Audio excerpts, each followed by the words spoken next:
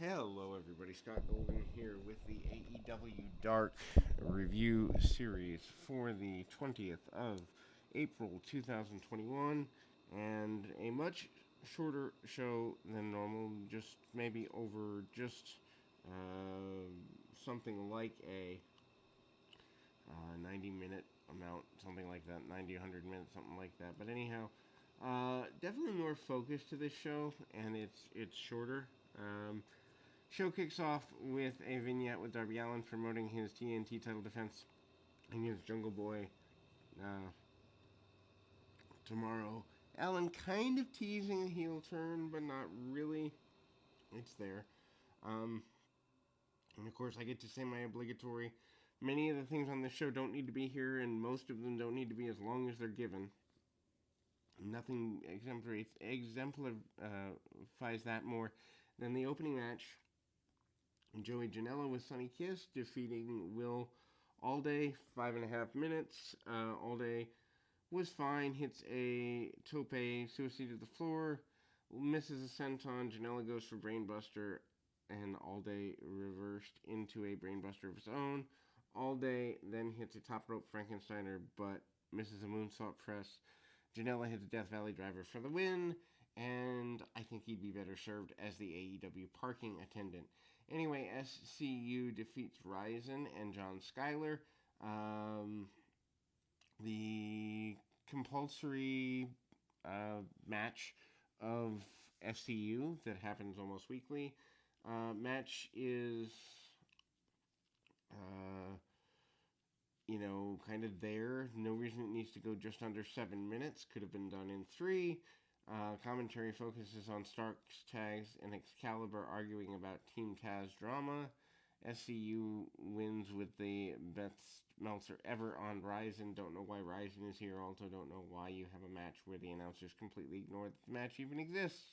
What's the point of taking bumps if the announcers aren't going to put them over? Anyway, Big Swole and Kylan King with Red Velvet defeats Ashley. I and Steph MK. The MK sisters are twins. I guess they're from Tonga or something like that. King gets worked over by MK for the majority of the match. King gets a hot tag to Swole, who comes in, hits a cutter on Ashley. Swole bulldogs her and drop kicks Steph at the same time in a pretty choreographed looking set of moves. King hits a hook kick on Ashley, walks into a rolling elbows from Swole and gets pinned. King and Swole continue to impress, apparently. I like King. I'm not that big a fan of Swole, although I do admire her issues with Crohn's disease and her fighting against them. A Ricky Starks vignette runs, finishing him at a bar, previewing his match against Hangman Page on Wednesday. Page has 7 straight wins, but Starks has 10. They're actually previewing it from Wins and Loss Mattering. Yay, I'm good with that. Butcher and Blade with the money, and the Hardy family office defeat Brick Aldridge and Cole Carter in 3 minutes 40 seconds. Match doesn't need to be here. Butcher, Blade, and the whole Hardy family office thing is stupid. The bunny's the best part of the act, and she's greener than freshly cut grass. Aldridge is impressive for his size. Does okay with the Butcher for about 30 seconds. He falls victim to the drag leg neckbreaker powerbomb finisher. Vignette this time with Caesar Bononi, Ryan Nemeth, and JD Drake. 2 out of 3 are good. Get rid of Bononi. He's about as spicy as beefaroni. And Nemeth is trying to dress Drake for a club. And then this goes into an argument. This is complete goof troop indie stuff that doesn't need to be here. Sonny Kiss defeats Jake Manning in 52 seconds. This is really sad. Anyway, it's sad because of the nature of the waste of Jake Manning. I will grab my phone and return momentarily.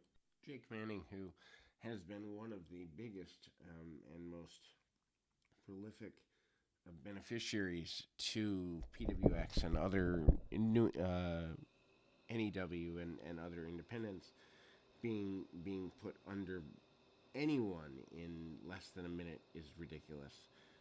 Kiss hits the sit out stunner on the Man Scout. Kiss cuts a promo about being proud to be in AEW at the end of the match. Again, Jake Manning, who's just phenomenal. They could sign him and do amazing things with him and get rid of one of the flippy floppies and benefit. Anyway, Dark Order, Evil Uno, Stu Grayson, and 10 with -1 defeat Jay Lyon, Midas Black, and Ken Broadway in 5 1/4 matches. Dark Order squashes. There's too many of them. Grayson hits a belly to back suplex on Broadway and then nips up. Follows with a Dark Order triple team. Black and 10 held him in delayed vertical suplex position for a 10 count. Broadway gets a tag and then threw money at 10. Follows up with a bunch of clotheslines. Collects cash from the ring. 10 hits a spinebuster on Broadway. Grayson and Uno combines to finish off Broadway with the fatality. Anyway, Billy Gunn with Austin and Colton Gunn defeat Andrew Pierce or Andrew Palace in just under 2 minutes. Gunn will be on Dynamite tomorrow against QT Marshall in an elevation angle. So Billy Gunn at 57 years old is going to get 3 television spots, both YouTube and regular TV, with a show. It just doesn't make sense. Gill's sporting a black eye from Marshall's attack. He wins with a finisher. He cuts an angry promo against Marshall. Dante Martin and Fuego del Sol go just under 5 minutes.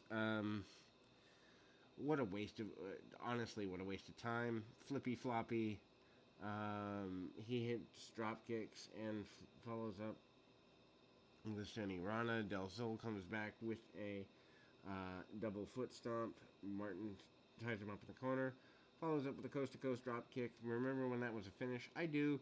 Anyway, Del Sol goes for the Tornado DDT. Martin continues, leads with a 450 splash and a win in a match that will make those who like that sort of thing excited. Makes me just want to rip my hair out by the roots. Anyway, Diamante defeats Queen Almeida. Diamante attacks before the bell.